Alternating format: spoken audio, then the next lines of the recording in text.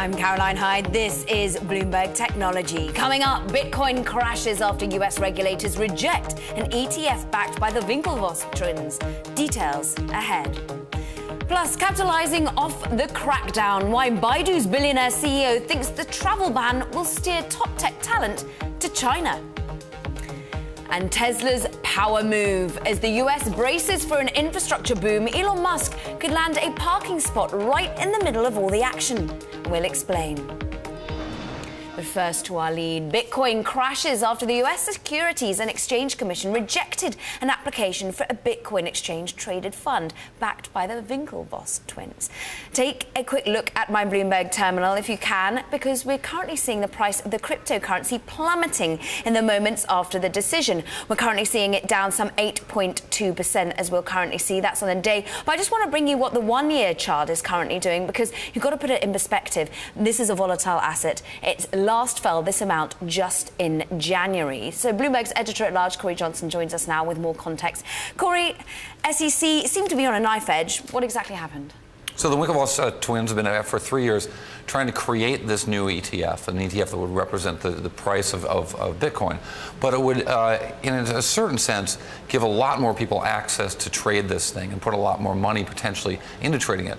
But it also would have put money into their pocket. So the ETF would have had money to spend to buy Bitcoin. So just depending on the size of that offering, and that changed over time, they would have been able to go into the Bitcoin market and acquire Bitcoin, actual Bitcoin, as a backstop to the proxy that is traded as an ETF. When that big buyer, who was thought to get approved, and of course the Bitcoin people all believing it, disappeared from the market with a press release today right after the close, Bitcoin, of course, which trades around the clock, sold off like crazy. Bitcoin is off about 23%.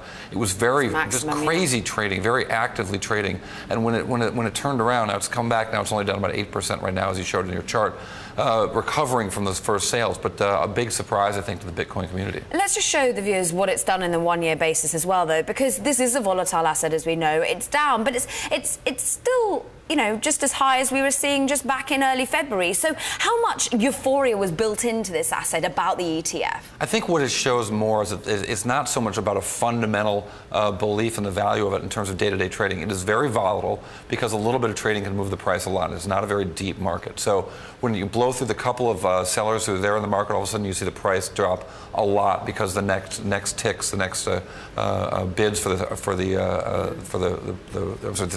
are for sale of Bitcoin are so far below the current price because the market's so thin.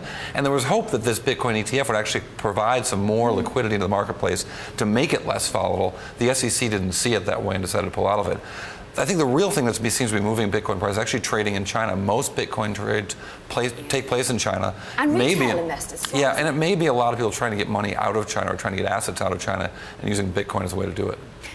Do you think that rampant demand from China is still continuing? I mean, what's the overall support for this asset class going forward? That's the understanding that most of the trades, we find out sort of later when trades start to be understood about where the trading was happening. But again, I've seen stats as high as 90% of all Bitcoin trading is taking place in China, and that's probably got nothing to do with the Winklevoss. Winklevoss. What was the driver? A plural time. Yes. What was the driver behind the mother ETF? Tongue. I'm just the driver behind this. I think again was a function for these guys to try to create some more money. They own a lot of Bitcoin in terms of trading, and bring trading of that ETF really to all markets. But it would have created a regular stock exchange proxy for this currency in the way that there are some other proxies for other currencies and gold and so on.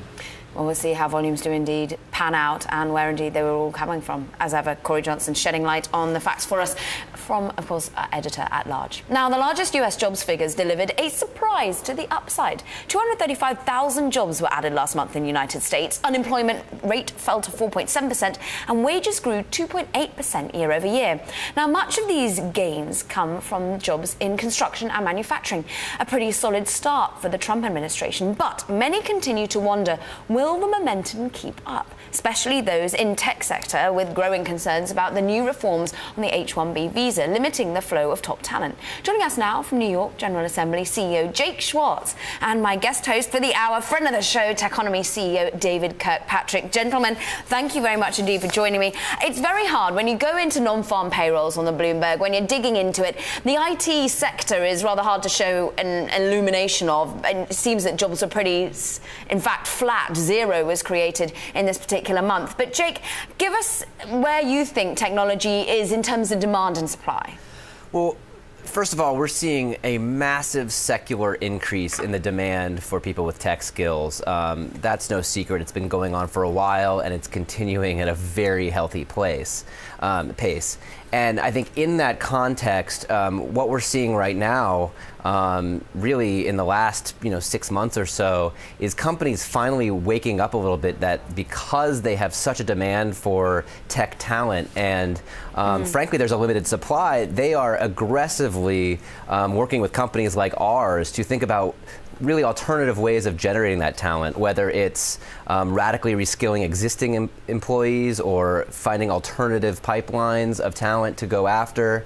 And for us, that's all part of this really overall secular trend. That's less to do with any immediate moment of the economy and more to do with what's happening to the economy overall. And the need for retraining there. David, I want to bring you in on really where you're seeing and talking to people in New York, Silicon Valley.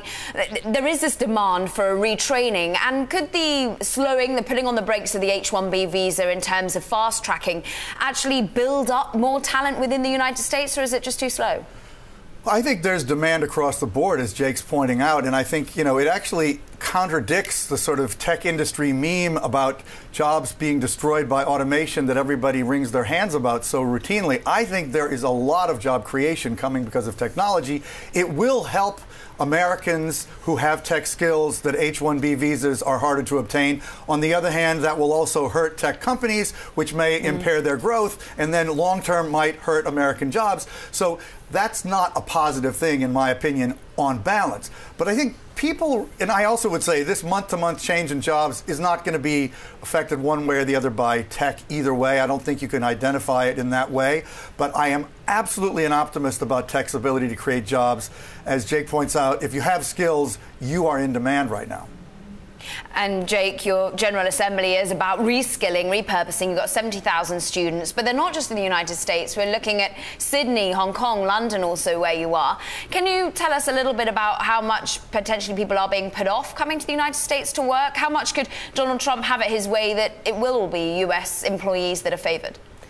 Well, I would say, we have gone to all those specific cities you mentioned because what we see is a truly global community of people who share the same values and aspirations for their work and their life. And so those people still exist, and they do all crave a certain level of mobility. To be able to study in Sydney and come to New York is a great perk of being part of the General Assembly community. And there is no doubt with the sort of recent travel ban news, as well as just an overall sort of difficulty around visas, that I think those policies are going to impact the amount of sort of traversing that people are going to be willing to do between country to country. We view that mobility as a net negative. Overall a negative. David, weigh in here. Are you hearing that perhaps the likes of some of the tech giants are now doing their hiring elsewhere rather than trying to navigate the visa policies in the United States? I think they are clearly being forced to do that or to hedge themselves to be prepared to do that as needed. I mean, this is a global situation. Companies outside the U.S. are also developing research facilities in the U.S. because you need to get talent wherever it is. And there are pockets of excellence in various countries, and we have, thankfully, an extremely large number of them here. But I think even beyond that, some tech companies are even contemplating, would they have to move their headquarters outside the U.S. under certain future circumstances if we become more and more xenophobic and more cut ourselves off from the global economy? Thankfully, that's not imminent, but I think that's not inconceivable at all.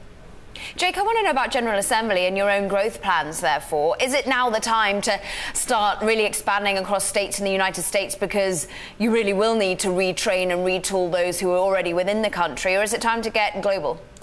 Well, I would say we are already global, and we believe in the global story here. But I would say that we definitely are in a moment and a movement right now where corporations are waking up to their opportunity and obligation to think about their own role in workforce development.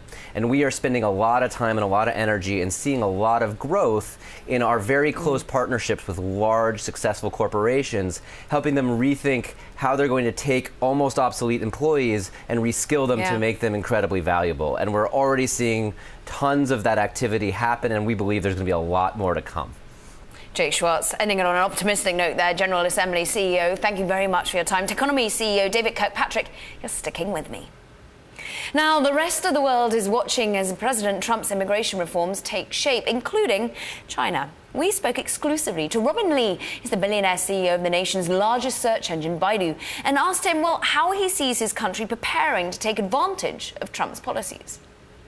There's a perception that the Trump administration is kind of anti-immigrant, whereas for China, if you have listened to President Xi Jinping's Davos speech, you will get a clear sense that China is more open than ever, especially for global talent, and China is willing to take on the responsibility as a large economy, a large and fast-growing economy. In fact, I think a high growth rate will automatically generate a lot of opportunities, and people naturally wants to go to a market where there are more opportunities than elsewhere. We'll bring you more of our exclusive interview with Baidu CEO Robin Li later this hour. Still to come, President Trump promises $1 trillion infrastructure plan, and Elon Musk could win big if he plays his cards right. We'll tell you why next. This is Bloomberg.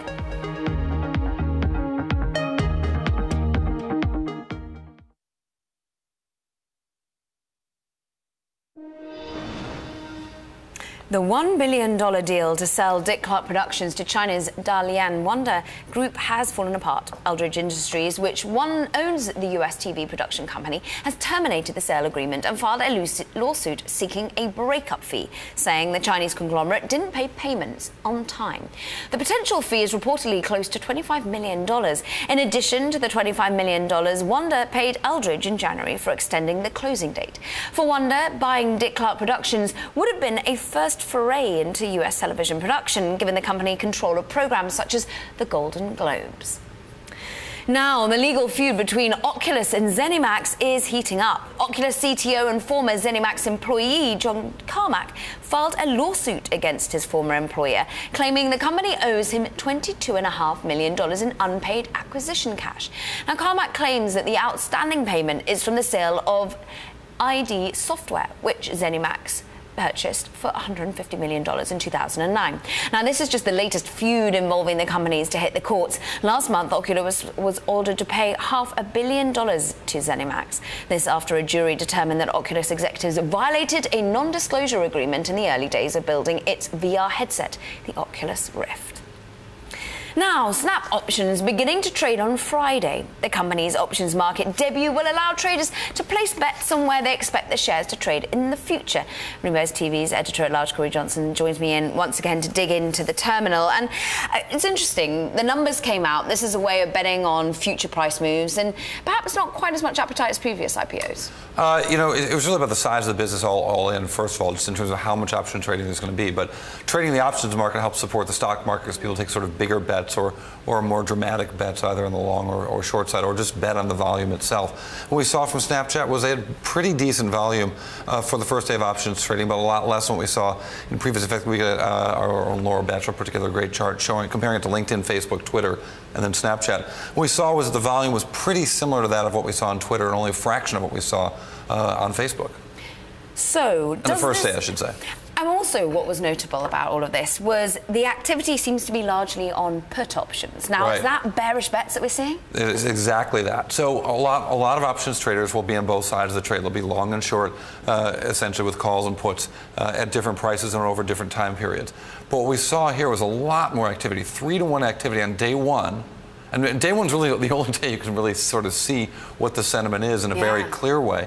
And then day one, we saw 3-to-1 in terms of put volume versus call volume. There's people taking options bets, some as near as next month, some as far out as 4 months from now, betting that the price is going to decline and decline substantially. We've just got that chart up now that yourself and Laura made. Facebook clearly saw significant options volume on its trading of day one. Casting our minds back, I mean, they had the trading glitch with the NASDAQ. Were they largely bearish bets? Is this something that we usually see after the euphoria of an IPO slightly dies down? I think it's more about the valuation itself, right? And so right after the IPO, we see so much involvement with the markets and market makers that they want to try to hedge off some of those positions using options. So put options can be quite common. It's not necessarily a bearish bet, but with this company, with the negative gross margins, without profits, with its particular structure and risk around it, I know for a fact there are a lot of people betting against it. Corey Johnson, as ever, great to have your opinions here. Corey Johnson, Bloomberg TV editor-at-large. All things Snap option trading. Now, coming up, we tackle the biggest tech headlines of the week, including the latest on the WikiLeaks bombshell.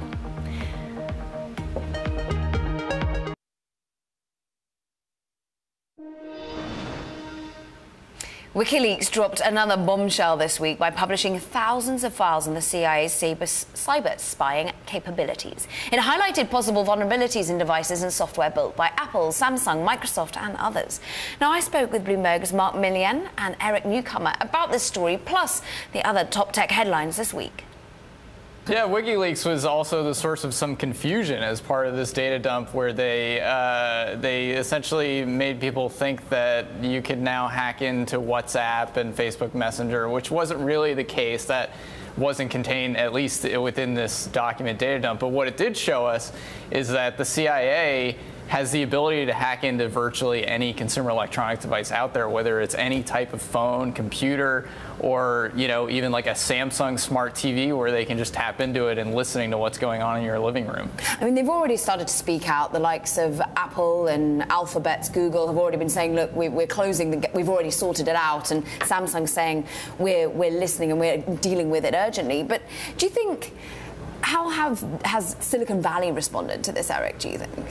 I don't know. To me, it's not that shocking that if they can get on your phone, they can understand a lot of what's happening. I think there was a lot of fear initially when it seemed like Signal and Telegraph and some of these encrypted messaging apps were compromised. But when it was just like, oh, the CIA, if they get on your phone, you're in big trouble. Like, I think that there's so much latent paranoia in Silicon Valley already. I think that fact wasn't particularly shocking to people. I think that was really important, and that we all it was slightly misconstrued that they were managed to decrypt encryption, and that's really not the case. Right. They can see the messages because they get access to the phone. They can see whatever you can see. So if you can see the messages on your phone, they can see it. But it's not an effective way. I mean, it's not the government's ideal way of hacking into these messaging apps. They would ideally like to be able to tap into the whole network like they're able to do with like the phone networks and see everything, but it doesn't look like they're able to do that yet, which actually should give us some solace that these apps are secure.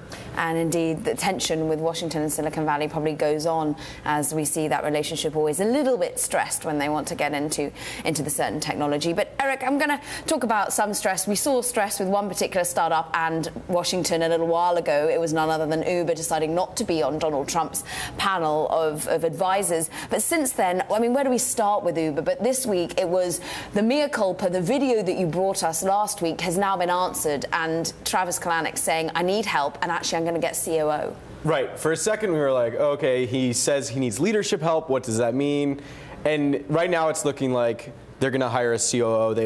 There reports that they've hired an executive recruiting firm, and they're going out. Sheryl Sandberg. Yeah, exactly. Her name comes up constantly. It's certainly with all the problems they've had. There's a strong desire to have a strong female leader at the company, and then just somebody that Travis could see as a peer and could be sort of the messenger for the company that he's clearly been unsuccessful in delivering. Are we hearing names being circulated as to who could be that person?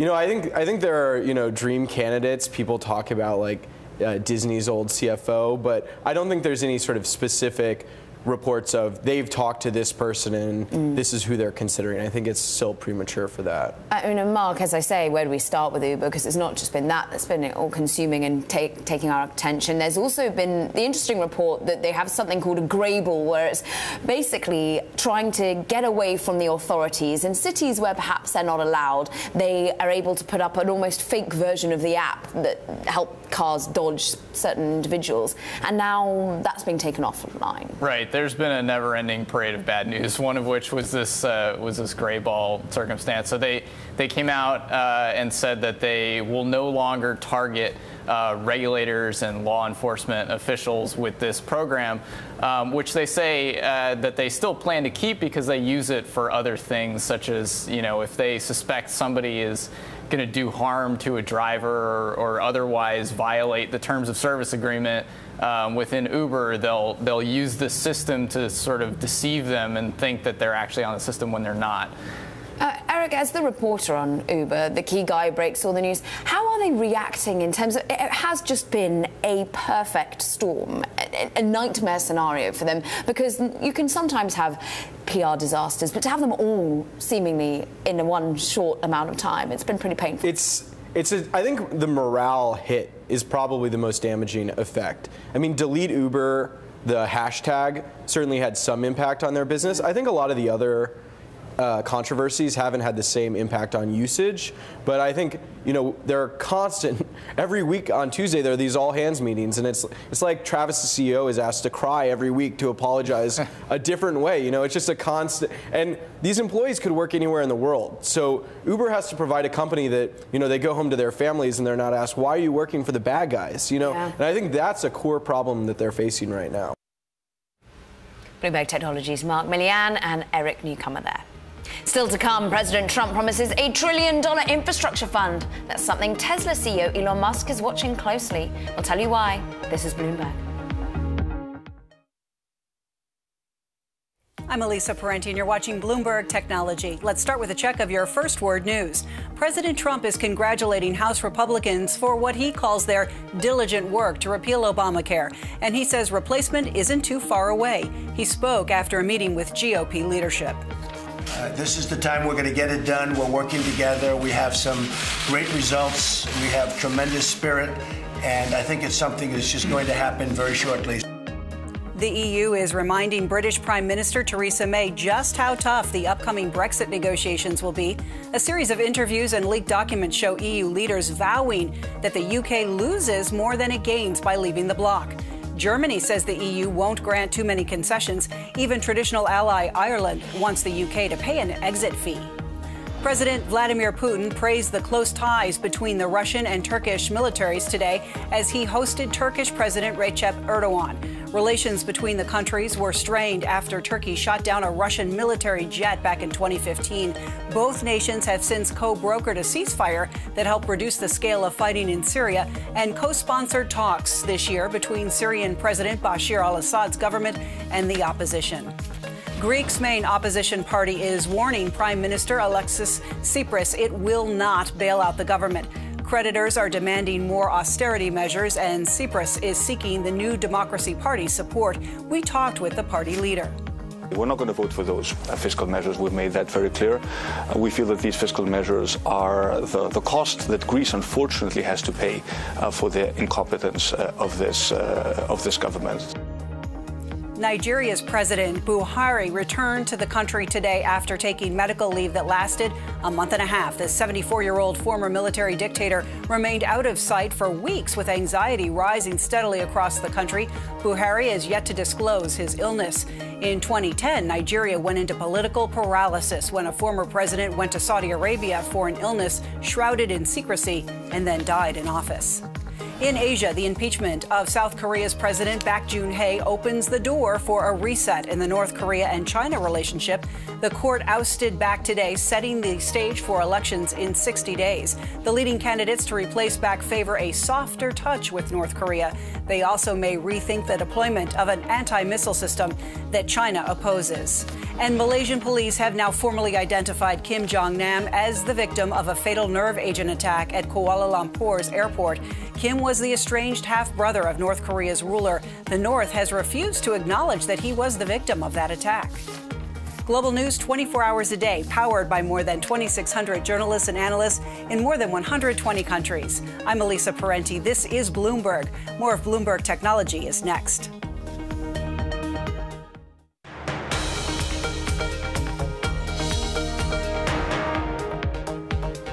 This is Bloomberg Technology. I'm Caroline Hyde. And all this week, we've been focused on U.S. infrastructure. That's after President Trump promised $1 trillion in public and private financing towards improving U.S. roads, bridges and airports. Now, one company that stands to benefit from such a large investment could be Tesla. And we know that the CEO, Elon Musk, is already advising the president on the matter.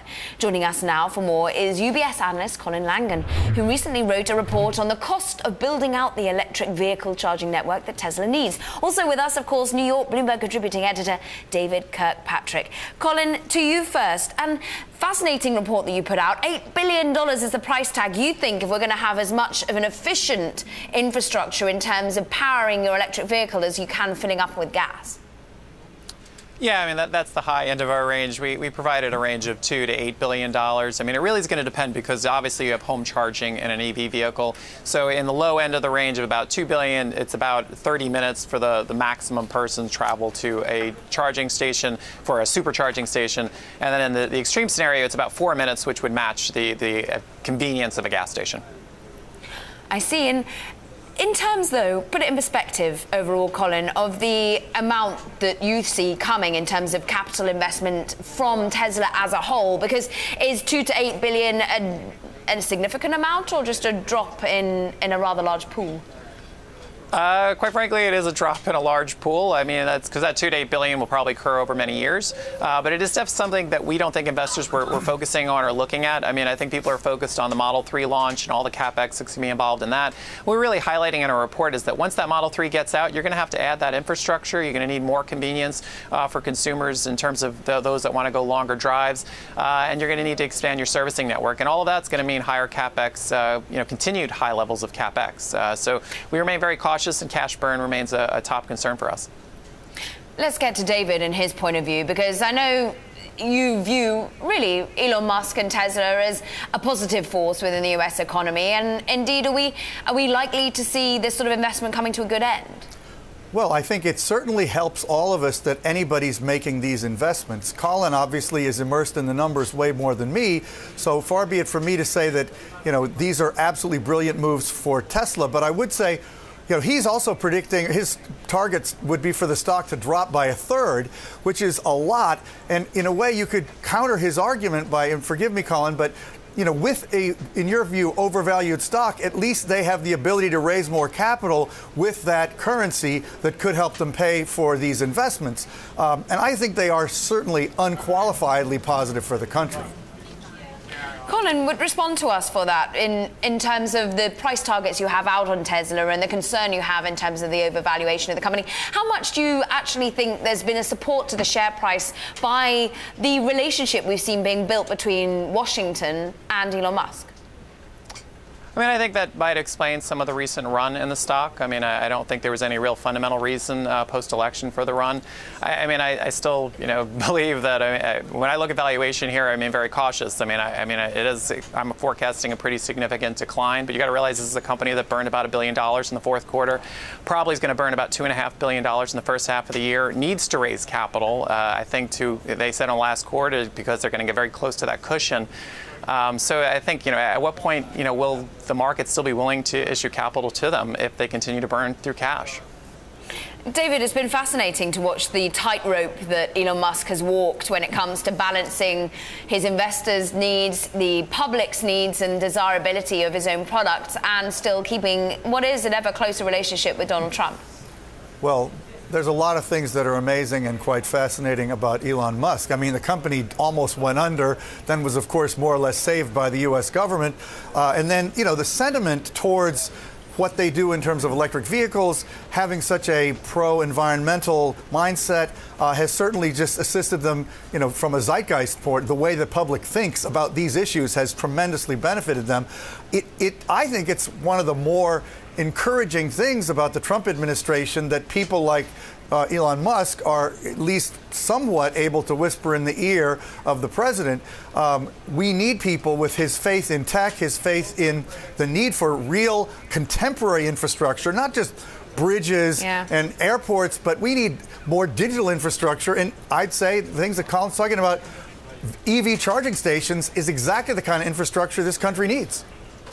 Colin, give us the catalyst, if you will, for the price target you have on $160. What do you think sparks the sudden sell-off? Because it is a volatile stock. Yeah, I mean, I think I look at it as I go into the near term. We're very concerned about cash burn, as I mentioned before. I think there's definitely risks to the Model 3 delivery target, which is very aggressive. And I think the one thing a lot of bulls aren't focused on is what will the profitability be of the Model 3 when it launches. And I think, there's a big risk. It's the economics that are very, very challenging. So that's what we remain concerned about in the near term. Long term, you have to realize there's a lot of competition coming. BMW, Mercedes, Porsche, Audi, all in the 2019 timeframe are going to be launching EVs. So competition is going to intensify. Our survey work has indicated that a lot of consumers would consider those brands very highly if they launch an EV. So we'll see how it plays out, but I think it's getting very tough. We're going to come back to you to see as that road does indeed play out and hopefully get your viewpoints along the way. UBS analyst Colin Langan, great to have you on the programme. Our guest host David Kirkpatrick of Techonomy, sticking with me. Now, fitness startup Peloton Interactive is seeking to raise at least $120 million at a valuation of $1.2 billion, achieving so-called unicorn status. Peloton sells $2,000 stationary bikes with tablets that stream live spin classes. Bloomberg's Carol Massa spoke with the CEO, John Foley, about his funding plans just this week. IPO this year? No. Because? We are looking to do a fundraise in the next couple months that would allow us to be as aggressive as we want and take our time considering the public markets. Next year, maybe? Maybe. Maybe. Because I've read something about a $10 billion valuation in 5 years. Is that real? I would be disappointed if it weren't real. I think that certainly starts to be in the order of magnitude of what we're seeing as the opportunity here. I think that's on the low side of where we see this business going in the next 5 or 10 years.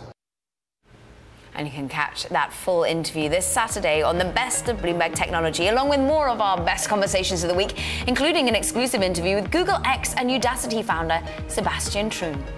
Coming up, we head to Beijing for an exclusive conversation with Baidu CEO Robin Li, how the Chinese search giant is attracting international talent and how it plans to commercialize its AI. That's next, and this is Bloomberg.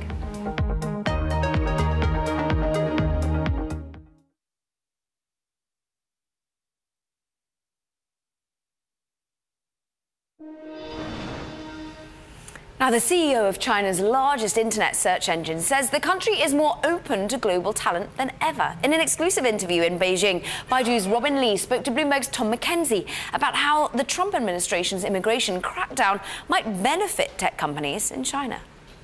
I think right now, at least, there's a perception that the Trump administration is kind of anti-immigrant, whereas for China, if you have listened to President Xi Jinping's Davos speech, you all get a clear sense that China is more open than ever, especially for global talent, and China is willing to take on the responsibility as a large economy, a large and fast-growing economy. In fact, I think a high growth rate will automatically generate a lot of opportunities, and people naturally wants to go to a market where there are more opportunities than elsewhere. So in Chinese, we generally say people always naturally go upwards and water naturally flows down. It's just like that. But in the past, China was not a country known for embracing immigrants, global talents, and there are lots of policies we need to improve, and we need to also make it more clear and let more people know that China welcomes all kinds of talents from all nationalities, all kinds of different cultures, backgrounds. And what steps will you be taking as the head of Baidu to attract that talent? Because it is a fierce battle, isn't it, yes, in the US and globally for that tech talent. I looked on your website, you had at least a dozen posts available trying to recruit engineers in the US. So what steps are you going to take? Well, we already have a research center in Silicon Valley with more than 100 scientists and engineers. So we already attracted lots of bright talents over there. In China, we also have like more than 10,000 engineers. I think great people attract greater people. So we already have a very good talent pool. That's one thing. The other thing is that China is a large market, right? In the age of AI, I think size matters. And when you have such a large size, you can try a lot of things. You encounter new problems before anyone else encounters. Then you try to solve it. You have lots of data. Smart people always have ideas. They have lots of ideas. And we have an environment, we have a platform that they can try it on. I generally say, well, okay, if you have an idea, let's take 1% of our traffic and try it on. What does 1% mean? It means millions of people who speak the same language with the same culture, with the same law, right? It's very hard to find this kind of scale anywhere else, and you can do great things with this kind of scale. More broadly, yeah. How concerned are you about the potential for rising trade tensions between US and China and the implications for companies like yours that operate in both countries? Yeah, I think trade war is bad for everyone.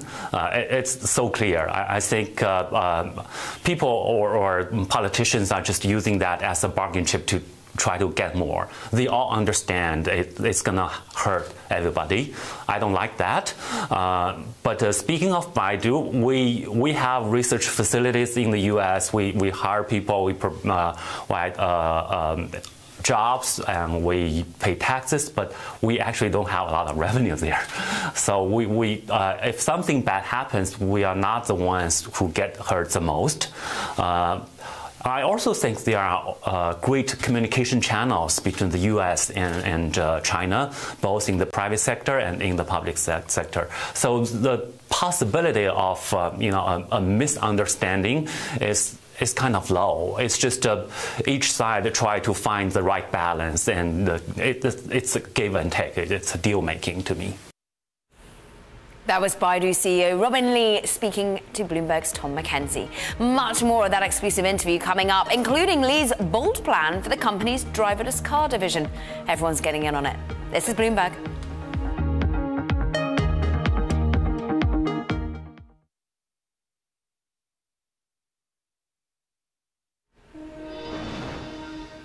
Now, Baidu's focus on artificial intelligence fits into its dominance in search, but also the company's plans for autonomous cars. It now joins a race against the likes of Alphabet and Uber, who are currently battling in the courts to develop autonomous driving and bring it to mass production.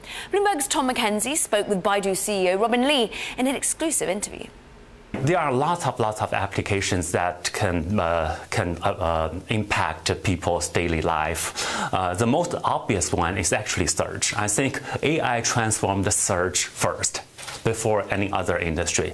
Because today you can use voice to do the search. You can take a picture to find out what kind of plant is that, right? You couldn't do that 5 years ago. That's because of AI. You use voice recognition, you use computer vision to find out what the user wants.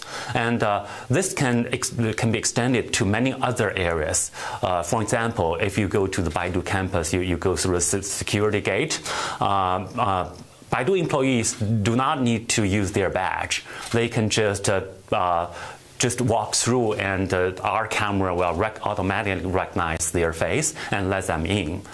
Think about that it can be applied to many other scenarios. For example, when you go to an airport, you go through the security check, you have to hand in your ID. There are lots of hassles today, but that is no longer needed when you have AI technology in place. Wherever you go, when your ID needs to be checked, you will be checked automatically using your face. You don't need to carry your ID, carry a badge around. You don't need to remember a lot of things. It's going to be very natural for people. You've invested in AI and VR companies recently. Are you planning any more bolt-on acquisitions in this year? I think our pace of acquisition will be roughly the same. I think there are always opportunities. There are always great entrepreneurs who do great innovations. If we find a match, if we find the synergy between Baidu and other companies is strong enough, we'll make an acquisition. But I don't have a concrete goal or target or where to go or what companies to buy. Let's talk about driverless cars, because you've made progress there. At what stage would you consider going it alone, or are you always going to be partnering up with the automakers? Would you ever consider just building your own car from scratch? Well, I think we are still focusing on making the driverless car technology work, and we'll worry about the business model later. But I think more than likely we will be partnered with a lot of automakers.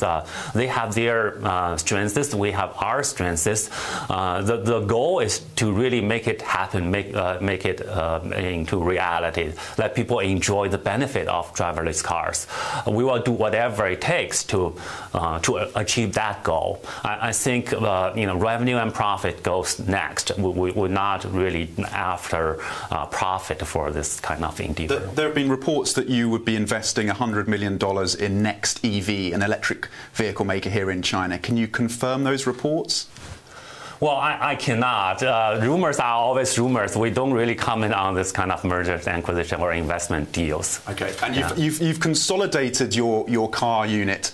Would it ever be part of the plan, even to have it on the shelf, to spin off the auto unit at some point? Would that ever be a potential possibility? That is certainly a possibility. I think at one point when we think the business is promising enough and it has reached a stage that running it independently or introducing more strategic investors would make sense, we'll do that. But right now, again, as I said, right now it's kind of early because we are still focusing on making the technology, especially the software part, work, and we will do that first. And do you have any more details on the time frame? I know we've heard about potentially mass production of driverless cars powered by Baidu systems by 2020, 2021. Can you give us any more details on the time frame? Yeah, I think you're right. 2020, 2021 is a good guess of when the mass production will come to reality. I think we are still on track. Again, there are lots of technologies, problems we need to work out, but we are quite confident that that day will come as planned. That was Bloomberg's Tom McKenzie with Baidu CEO and co-founder Robin Li. Still with us is David Kirkpatrick, CEO of Techonomy, and my guest host for the hour. And David, everyone wants in on this. It feels like the world is racing towards autonomous vehicles, and China could be a real player here. Well, there were so many interesting things that Li said in that interview. Certainly his faith in self-driving vehicles and Baidu's commitment to that was one of the key things. No question that China, Next EV, the company that was mentioned, is a Chinese-initiated company that also operates in the United States already, is going to be a major player in that industry. So, yeah, this is a global opportunity for self-driving and electric vehicles, and Baidu and China are going to be major players in it.